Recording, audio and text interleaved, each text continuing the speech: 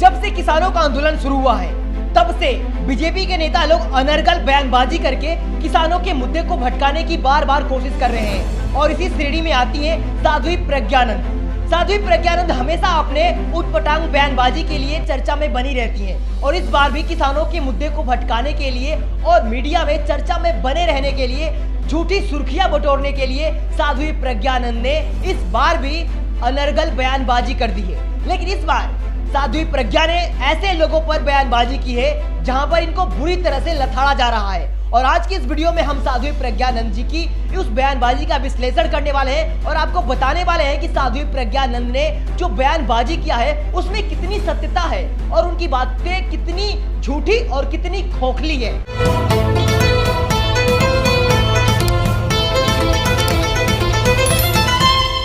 ये वही प्रज्ञा ठाकुर है जिन्होंने साध्वी शब्द का ही मतलब नष्ट कर दिया है। साध्वी का मतलब होता है नम्रता, जिनके अंदर शालीनता हो, सभ्यता हो, उन्हें साध्वी कहा जाता है। लेकिन प्रज्ञा ठाकुर में ना ही तो आपको नम्रता देखने को मिलेगी और ना ही शालीनता देखने को मिलेगी। जितने भी हमारे देश में बड़े बड़े दंगे होते हैं उन दंगों के साथ इनका नाम अक्सर जोड़ा जाता है। ये कैसी साध्वी है? ऐसी साध्वी लोग साध्वी शब्द का ही मतलब गंदा कर रहे हैं। हमारे देश में लोग आजकल नकली साध्वी और संत बने हुए हैं। साध्वी का मतलब आपको पता होगा, साध्वी जो संसार की सुख सुविधाओं को त्याग कर, मोह माया इन सब को त्याग कर इन सब से अलग रहता हो। लेकिन ये लोग करोड़ों की गाड़ियों में घूमती हैं, अरबों के बंगलों में रहती हैं। कैसे हैं साध्वी ये लोग जिन्होंने अपनी इच्छाओं को त्यागा ही नहीं, आज भी संसार की सुख सुविधाओं का आनंद उठा रहे हैं और अपने नाम के आगे ये लोग साध्वी प्रज्ञा ठाकुर लिखते हैं। खैर, अपने नाम के आगे कोई कुछ भी लिखे, इससे हमें क्या लेना देना। हम मुद्दे की बात करते हैं और बताते हैं कि इस बार किसानों के मुद्दे को भटकाने के लिए साध्वी प्रज्ञा ठाकुर ने क्या गलत बयानबाजी किया है और उसमें कितनी सत्यता है और उनकी बातों में कितनी खोखलियत छिपी हुई है।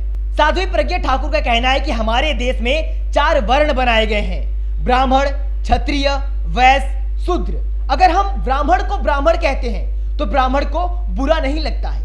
अगर हम क्षत्रिय को क्षत्रिय कहते हैं तो क्षत्रिय को बुरा नहीं लगता है। अगर हम वैश्य को वैश्य कहते हैं तो वैश्य को भी इस बात से तनिक भी बुरा नहीं लगता है। लेकिन वहीं पर अगर हम शूद्र को शूद्र कह दे उसे बुरा लग जाता है, क्योंकि वो मूर्ख है। वो मूर्ख है शूद्र, इसलिए उसे बुरा लगता है। ऐसा साध्वी प्रज्ञा ठाकुर का कहना है। आखिर शूद्र को शूद्र कहने पर उसे बुरा क्यों लगता है? क्या साध्वी प्रज्ञा ठाकुर जो बातें कह रही हैं इस बातों में कितनी सत्यता है? आखिर शूद्र सच में मूर्ख होते हैं? साध्वी प्रज्ञा ठाकुर का कहना है कि जो शूद्र होते हैं इन्हें शूद्र कहने पे इन्हें बुरा लगता है, इन्हें बुरा नहीं लगना चाहिए। ये मूर्ख है, इस वजह से इनको बुरा लग रहा है।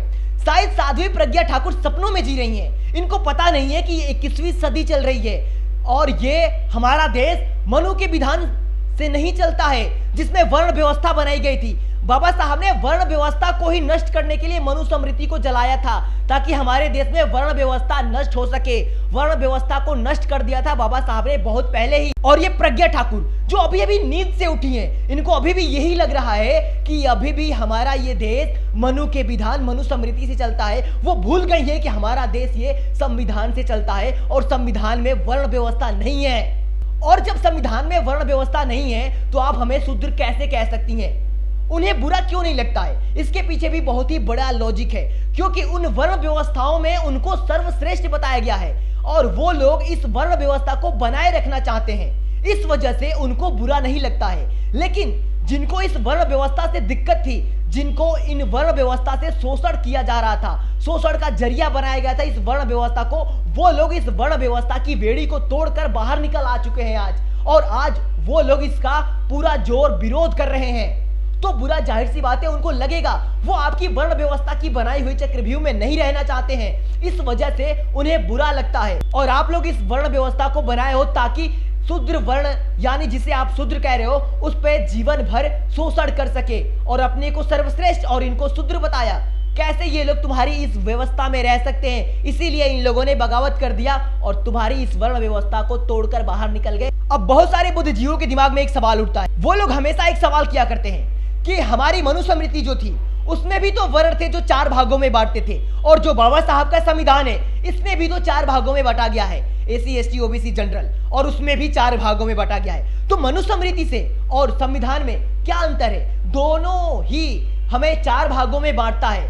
मनुस्मृति में भी 4 भागों में बांटा गया और संविधान में भी हमें 4 भागों में बांटा गया है। तो हमारी मनुस्मृति कैसे गलत है, ऐसा इन गोबर भक्त बुद्धिजीवियों का कहना होता है। तो मैं उन लोगों से बता देना चाहता हूं कि मनुस्मृति में 4 भागों में जो बांटा गया था वो वर्ण व्यवस्था थी, यानी वो वर्ण के अनुसार बांटा गया था मनुस्मृति में। लेकिन वही संविधान में वर्ण के हिसाब से नहीं बल्कि वर्ग के हिसाब से बांटा गया है। अब यहां पर आपको समझना पड़ेगा कि वर्ग और वर्ण में अंतर क्या होता है।